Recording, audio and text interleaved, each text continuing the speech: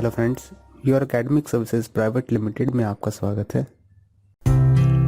HTML files को चलाने के लिए आपको दो सॉफ्टवेयर्स की आवश्यकता रहती है। सबसे पहला सॉफ्टवेयर है कोई भी टेक्स्ट एडिटर जो बिल्कुल सिंपल टेक्स्ट एडिटर हो और वो रिच टेक्स्ट एडिटर ना हो। इसका अर्थ ये हुआ कि वो माइक्रोसॉफ्ट वर्ड नहीं है। आपको बेसिक टेक्स्ट एडिटर की रिक्वायरमेंट है, जैसे कि नोटपैड। माइक्रोसॉफ्ट विंडोज द्वारा नोटपैड टेक्स्ट एडिटर बिल्कुल सिंपल टेक्स्ट एडिटर पहले से ही विंडोज में शामिल रहता है और ये सभी तरह की विंडोज में पहले से ही शामिल है। आप अपनी HTML फाइल की कोडिंग को नोटपैड में टाइप करके सेव कर सकते हैं। इसी तरह से यदि आप उस कोडिंग को वेब पेज के रूप में देखना चाहते हैं तो आपको इसके लिए एक ब्राउजर की आवश्यकता होती है, जिसके लिए आप माइक्रोसॉफ्ट का इंटरनेट एक्सप्लोरर या यदि आप विंडोज 10 प्रयोग करते हैं तो माइक्रोसॉफ्ट एज का प्रयोग भी कर सकते हैं या गूगल कॉर्पोरेशन का गूगल क्रोम भी प्रयोग कर सकते हैं। HTML कोडिंग को टाइप करने के लिए आप नोटपैड का प्रयोग कर सकते हैं। नोटपैड खोलने के लिए आप यदि विंडोज 10 का प्रयोग कर रहे हैं तो स्टार्ट पर जाएं, ऑल प्रोग्राम्स पर जाएं। यहाँ से नीचे की तरफ आते हुए आप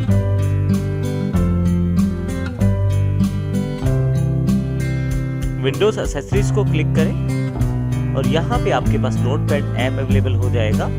अब इसको क्लिक करके यहाँ पे खोल सकते हैं और इसमें आसानी से आप अपनी कोडिंग को लिख सकते हैं। अभी मैं इसको क्लोज कर देता हूँ। नोटपैड खोलने के लिए आप कोटाना के इस सर्च बॉक्स का प्रयोग भी कर सकते हैं। आप यहाँ टाइप करें नोटपैड। आप देखेंगे ऊपर आपके पास सजेशन अवेलेबल है नोटपैड के रूप में डेस्कटॉप ऐप।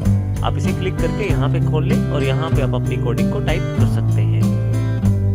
आप चाहें तो इसके लिए नोटपैड++ का प्रयोग भी कर सकते हैं। नोटपैड++ एक ओपन सोर्स सॉफ्टवेयर है जो कि इंटरनेट पे बिल्कुल फ्री उपलब्ध है। आइए हम कुछ स्टेप्स के साथ देख लेते हैं कि किस प्रकार आप इसको डाउनलोड करके इंस्टॉल कर सकते हैं। सबसे पहले आप गूगल सर्च इंजन में नोटपैड++ लिखें। आपके पास काफी सारे रिजल्ट्स उपलब्ध हो जाएंगे। आप पहला कोई भी रिजल्ट जो नोटपैड++ वेबसाइट का है आप उस पर क्लिक करें। आप देखेंगे कि आपके पास वेबसाइट अवेलेबल हो गया है नोटपैड++ का। यहाँ पे नोटपैड++ के काफी सारे एडिशंस या काफी सारे वर्जन्स की जानकारी है। आप लेटेस्ट वर्जन का प्रयोग कर सकते हैं, जैसे कि मैंने किया है। यहाँ डाउनलोड बटन पे क्लिक करें। यदि आप गूगल क्रोम प्रयोग कर रहे हैं तो नीचे की तरफ आपके पास डाउनलोड कंप्लीट होने के पश्चात कुछ ऐसा ऑप्शन अवेलेबल हो जाएगा। आप यहाँ पे क्लिक करें और यहाँ से आप उसे ओपन कर सकते हैं। ओपन करते ही आपके पास कुछ ऐसा बॉक्स अवेलेबल है जो इंस्टॉलर की जानकारी देगा।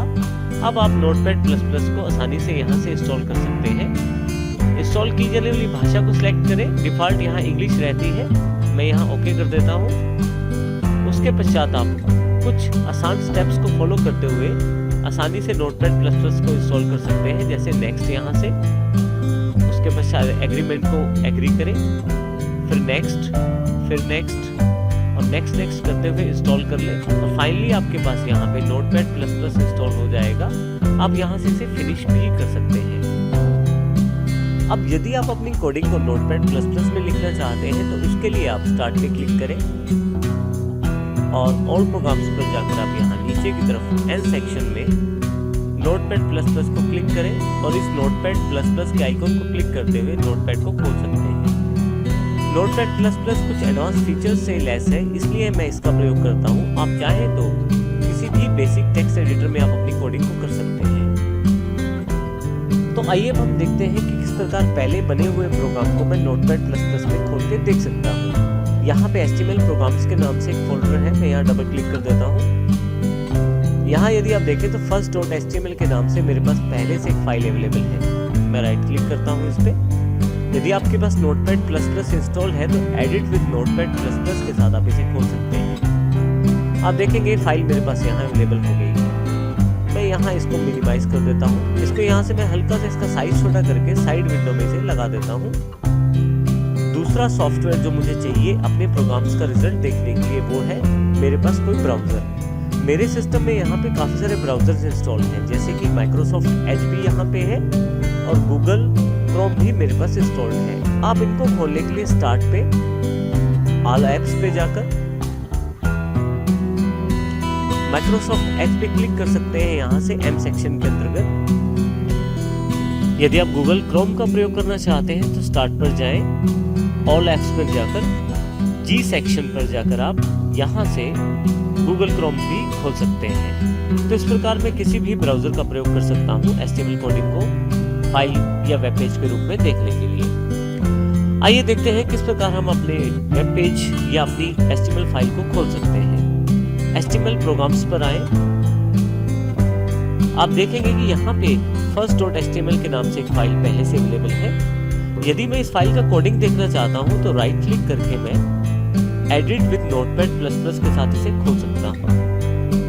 ये देखिए मेरे पास इसकी कोडिंग अवेलेबल, ये देखिए मेरे पास इसकी कोडिंग अवेलेबल हो गई है।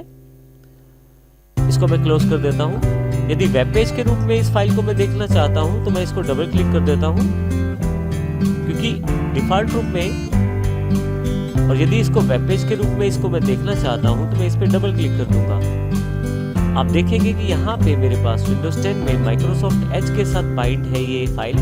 तो जब डबल क्लिक करूंगा तो माइक्रोसॉफ्ट एज ब्राउजर में इस फाइल का रिजल्ट दिखाया जाएगा। आप देखेंगे ये उसी फाइल का रिजल्ट है जो मेरे पास first.html फाइल है। परंतु यदि मैं किसी और ब्राउजर में देखना चाहता हूँ तो मैं फिर से इस पे राइट क्लिक करूंगा, ओपन विद गूगल क्रोम का प्रयोग भी कर सकता हूँ या इंटरनेट एक्सप्लोरर का प्रयोग भी कर सकता हूँ। जैसे गूगल क्रोम के साथ खोलने के लिए मैं इस पर क्लिक कर देता हूँ तो वेब पेज का जो रिजल्ट है वो गूगल क्रोम के साथ अवेलेबल हो जाएगा। तो इस प्रकार मैं अलग अलग ब्राउजर्स या अलग अलग एडिटर्स में इस फाइल को देख सकता हूँ। यहाँ से इसे मैं क्लोज कर देता हूँ। अपनी आसानी के लिए आप इन सभी इंपॉर्टेंट सॉफ्टवेयर के शॉर्टकट आप यहाँ डेस्कटॉप पे प्लेस कर सकते हैं। उसके लिए आप स्टार्ट पर जाएं, ऑल एप्स पर जाएं। जैसे कि माइक्रोसॉफ्ट एज को मैं चाहता हूं प्रयोग करना तो मैं यहाँ पे इसे ड्रैग करके बाहर ले आता हूं। देखिए लिंक अवेलेबल हो गया है। इसी तरह से यहाँ से मैं गूगल क्रोम को बाहर ले आता हूं और इसी प्रकार मुझे नोटपैड++ को ज्यादा प्रयोग करना है तो नोटपैड++ का भी यहाँ पे मैं शॉर्टकट क्रिएट कर लेता हूँ। तो इस प्रकार हम इन सॉफ्टवेयर की सहायता से आसानी से HTML फाइल्स को बना भी सकते हैं और उनका प्रयोग भी कर सकते हैं।